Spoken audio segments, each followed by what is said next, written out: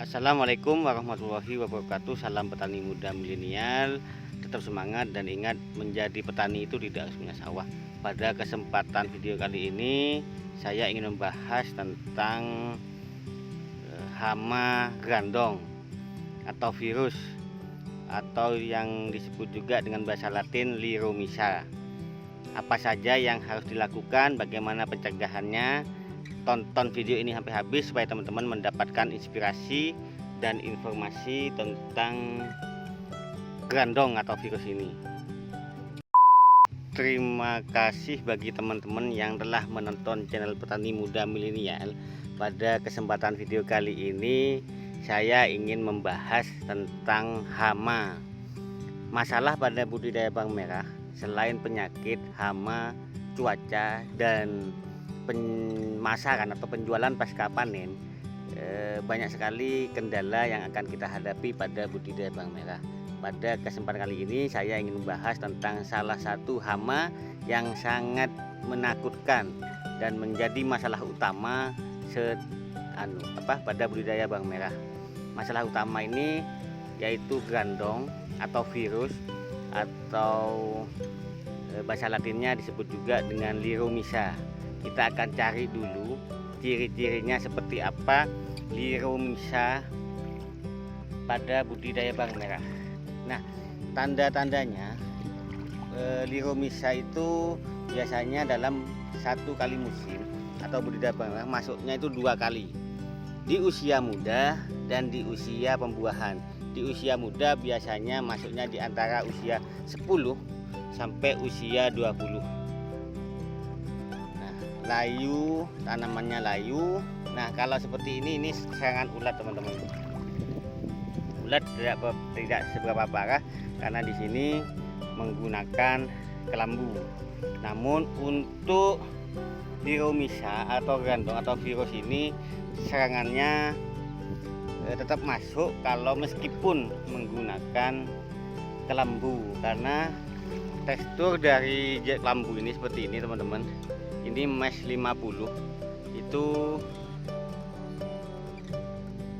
masih bisa masuk untuk jenis kutu-kutuan ke grandong.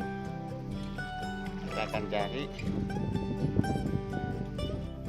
Nah, kita akan cari lokasi atau tanaman yang terkena grandong ini usia 20 HST.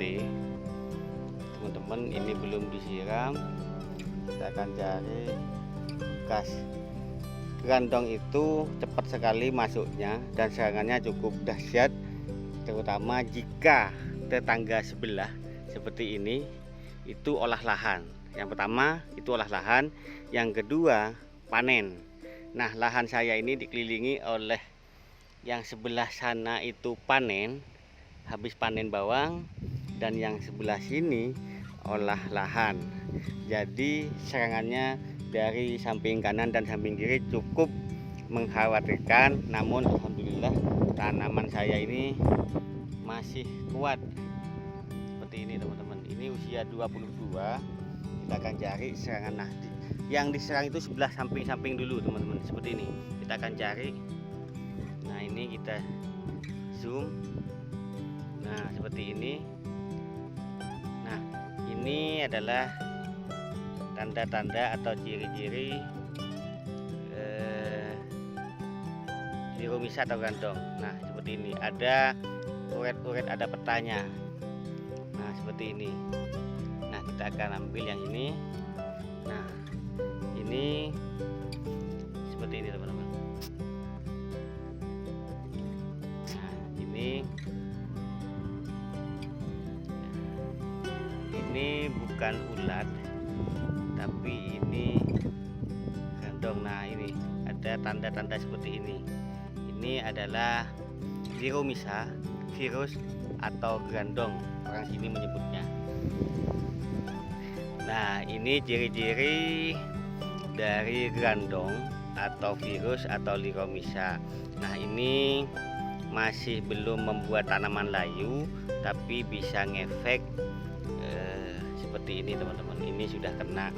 Nah, ini usia pertumbuhan masih bisa diselamatkan karena banyak tunas-tunas baru seperti ini yang semoga tidak kena lagi.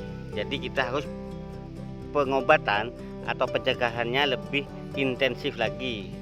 Nah ini juga kena, nah ini kena gandong juga, ini seperti ini. Nah gandong itu menyerap nutrisi atau makanan yang ada di daun bawang merah, sehingga daun bawang meskipun tegak itu nutrisinya dimakan oleh sejenis kutu-kutuan tersebut. Seperti nah itu kalau jaring itu masuk, jaringnya seperti ini itu masih tetap masuk. Kalau keper tidak masuk seperti ini, tidak bisa masuk, ini keper tidak bisa masuk ini teman. Ini telurnya ulat. Ini kita ambil. Nah telurnya ulat itu bertelur di jaring seperti ini, jadi tidak bisa masuk sudah ini. Nah ini adalah telur dari ulat. Nah kita musnahkan saja. Nah itu teman-teman, jadi kalau keper itu tidak bisa masuk, tapi kutu-kutuan sejenis gandong itu masih bisa menyerang meskipun kita menggunakan kelambu. Nah setelah kita tahu gandong, kita bisa melakukan pencegahan preventif atau pencegahan awal jika tetangga kita itu panen. Yang kedua itu tetangga kita olah lahan seperti ini. Yang ketiga waktu tetangga melakukan herbisida. Setelah itu tetangga melakukan pengairan, ngelep, itu bahaya. Kita harus melakukan pencegahan preventif pada tanaman yang kita miliki. Itu teman-teman, untuk mencegah kutu-kutuan itu menaruh bibit-bibit atau levminernya pada tanaman yang kita miliki. Nah ini tanaman yang sehat, tidak ada bercak atau oret-oretnya, tidak ada. Ini saya menyepray dengan kalsium dan asam humat sehingga daunnya agak kotor, tapi aman, tidak masalah. Selain itu panen. Nah untuk masuknya sendiri gandong itu di jam 5 sore sampai malam itu dia masuk ke lahan kita. Masuk ke lahan kita itu untuk menaruh bibit-bibit levminernya ke tanaman budidaya yang kita miliki. Levminer itu masuknya di daun, nanti dia akan memakan nutrisi di sini. Jadi hati-hati buat teman-teman, gandong itu sangat berbahaya karena dispray itu sulit sekali untuk memusnahkan. Karena jam segini gandong itu tidak ada di tanaman kita. Dia masuknya malam dan keluarnya jam 3 pagi sampai jam 7 pagi. Jadi teman-teman, untuk mengendalikan atau membunuh atau mengobati hama gandong itu diusahakan penyepraiannya pagi, jam 3 pagi sampai jam 7 pagi. Jangan di siang hari atau di sore, karena di siang hari hama itu tidak ada, tidak kelihatan. Tapi kalau di pagi hari itu masih ada, nempel di sela-sela tanaman seperti ini. Bentuknya seperti lalat tapi kecil, itu sejenis kutu-kutuan. Untuk pengendaliannya sendiri, saya biasanya menggunakan insektisida kimia jika sudah terkena. Namun jika untuk pencegahan, saya menggunakan citronella atau minyak sereh yang saya sampaikan karena baunya itu tidak disukai oleh kutu-kutuan atau sejenis lalat atau gerandong. Nah, untuk pengobatan pakai kimia saya menggunakan bahan aktif Siromasin. Siromasin ini bisa didapat dari Trigat, Alget, Inovaris dari BASF, Trigat dari Syngenta, Alget itu dari Advansia.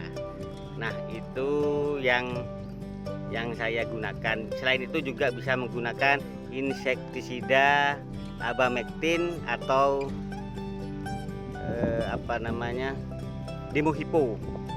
Itu harus diaplikasikan jika sudah ada tanda-tanda terkena gerandong. Jadi kita harus melakukan penyepraian rutin supaya tidak terkena kembali di usia pembuahan. Gerandong itu kalau masuk di usia pembuahan atau 40 ke atas, maka bobot dari bawang merah yang kita miliki akan berkurang karena nutrisi dari daun itu dihabiskan oleh leaf miner atau set atau ulat yang ada di popor yang memakan nutrisi. Itu teman-teman. Nah, usia 20 ini sudah penyepraian 3 kali karena saya menggunakan kelambu. Ulat juga sudah tidak ada. Ini akan disiram. Ini usia 22 ini terkena gerandong sampai bolong-bolong daunnya. Ada yang bolong juga. Nah, jadi penyepraiannya pagi hari jam 3 sampai jam 7 untuk mengendalikan, dan inseknya harus rutin, apalagi kalau ada pengolahan lahan. Itu saja yang bisa saya sampaikan. Terima kasih, semoga bermanfaat. Cukup sekian. Wassalamualaikum warahmatullahi wabarakatuh. Salam petani muda milenial, tetap semangat dan ingat, menjadi petani itu tidak semuanya sawah.